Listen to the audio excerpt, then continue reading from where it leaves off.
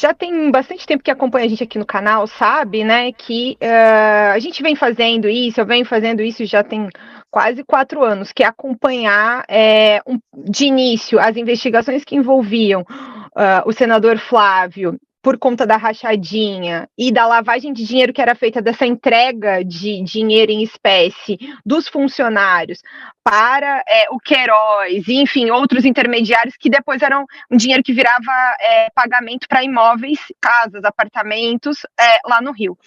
Na medida em que eu fui caminhando dentro dessa história, começaram pessoas foram me contando mais informações, né? Olha, em determinado momento em 2020, uma fonte me disse para pesquisar os imóveis que o presidente já tinha comprado ao longo da vida e alguns que ele tinha até vendido. Ele e aquela segunda mulher dele, a Ana Cristina Siqueira Vale.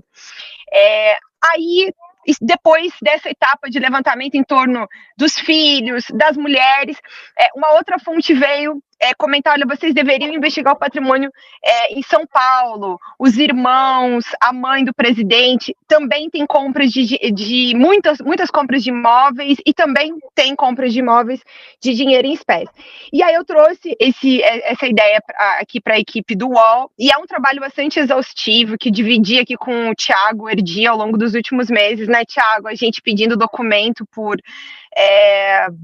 14 cartórios, se eu não me engano, aqui entre o interior de São Paulo e o interior do Rio e a capital, para a gente poder ter um panorama geral, quer dizer, quantos imóveis a família comprou, que aí você falou, né, 107, desde os anos 90, e a gente, além de pedir um documento que é específico para saber a pesquisa de imóveis de cada uma dessas pessoas da família do presidente, ou seja, os irmãos, a mãe, os filhos, às vezes mulheres, a gente também pediu outros documentos que são as escrituras, que é para saber como que é feita essa negociação. E aí é lá nessas escrituras que a gente encontrou que eles próprios declararam que pagaram vários imóveis com dinheiro em espécie, às vezes integralmente, às vezes parcialmente.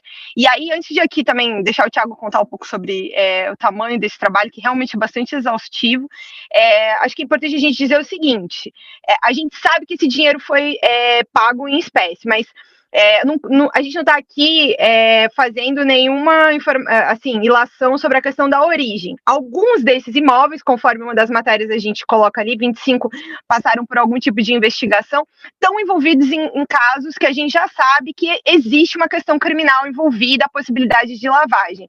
O restante precisa ser investigado. Agora, é sempre bastante suspeito o uso do dinheiro em espécie para pagamentos de imóveis, né? Quem é que paga casa, apartamento, terreno com sacola de dinheiro, né?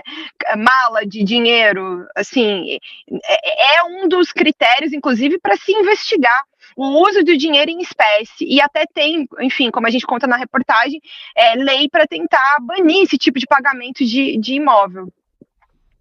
A gente até conversou mais cedo com o Walter Mairovitch e ele dizia que, por exemplo, na União Europeia existe um teto para isso, né? Essa negociação em dinheiro vivo não é permitida em muitos países, inclusive para evitar e prevenir uma lavagem de dinheiro. Agora eu queria também ouvir do Thiago Erdi um pouco desse trabalho de rastreamento. Isso é muito interessante, né? A Juliana já vem acompanhando a família Bolsonaro há bastante tempo, mas são vários caminhos. Vocês cercaram quais os integrantes da família, Thiago? Quem vocês investigaram nesse sentido, né, de colher informações a respeito de troca de imóveis e compra e venda de imóveis?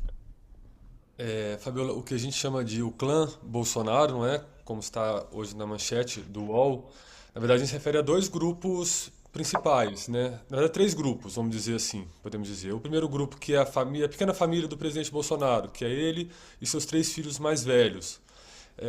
Considera também, o segundo núcleo, que são as suas duas ex-mulheres, que investigações recentes apontaram que se participaram de rachadinha, participaram de devolução de recursos de gabinete do presidente, na época ele era um deputado, enfim, então era interessante a gente observar o patrimônio delas. E também um braço que era um braço que até então um pouco explorado, acho que pela imprensa, de um modo geral, que são os irmãos. O presidente tem 5 irmãos que moram em São Paulo, no interior de São Paulo, e ao verificar como que esses irmãos construíram seu patrimônio, claro que cada um deles tem sua vida particular, independentemente da do presidente, Mas a gente observou que 4 deles, me desculpe, foram 4 deles, dos 5, que tiveram imóveis comprados também em dinheiro ao longo desse tempo. Então, isoladamente, poderiam ser questões episódicas, né? Poderia ser, não sei, recebeu da venda de um imóvel em dinheiro, usou esse mesmo dinheiro para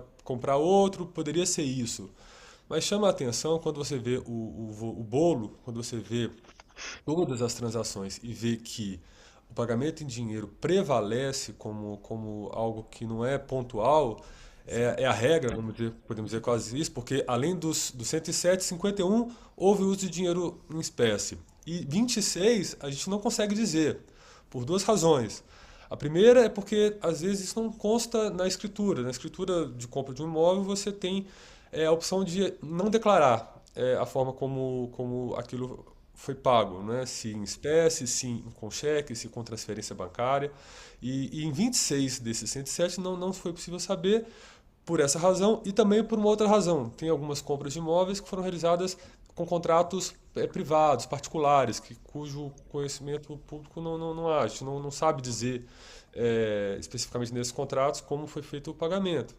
E 30 há ali a menção a cheque e transferência bancária. E só mais um detalhe que eu queria trazer. É interessante porque é um trabalho que foi feito por um grupo de jornalistas, mas qualquer pessoa poderia fazer. São documentos públicos. Se você, Fabiola, qualquer pessoa, qualquer leitor quiser procurar um cartório e buscar por no nome de uma pessoa se existem imóveis no nome dela, você tem direito a obter essa informação, obter cópia desse documento e essa é a fonte principal da reportagem, né? E acho que tem uma coisa para acrescentar também nisso que o Thiago está falando sobre são documentos que são públicos, mas sabe qual é a dificuldade, Fabiola, disso? Esses documentos eles são públicos, mas eles não são gratuitos. Então, por exemplo, tudo você paga, né? Você paga pela pesquisa de bens, você paga por cada uma dessas escrituras. Então, assim, é muito caro fazer esse tipo de reportagem. A gente gastou um dinheiro grande aqui do UOL fazendo esse levantamento, porque bom, são 107 imóveis, a gente conta ali mais de 1.000 páginas em torno de documentos públicos que a gente obteve ao longo desse tempo. Mas as autoridades, por exemplo, podem fazer, não tem nem custo para eles, mas, enfim, se alguém quiser fazer esse tipo de investigação sobre outras pessoas, tiver suspeita de lavagem de dinheiro, é possível fazer.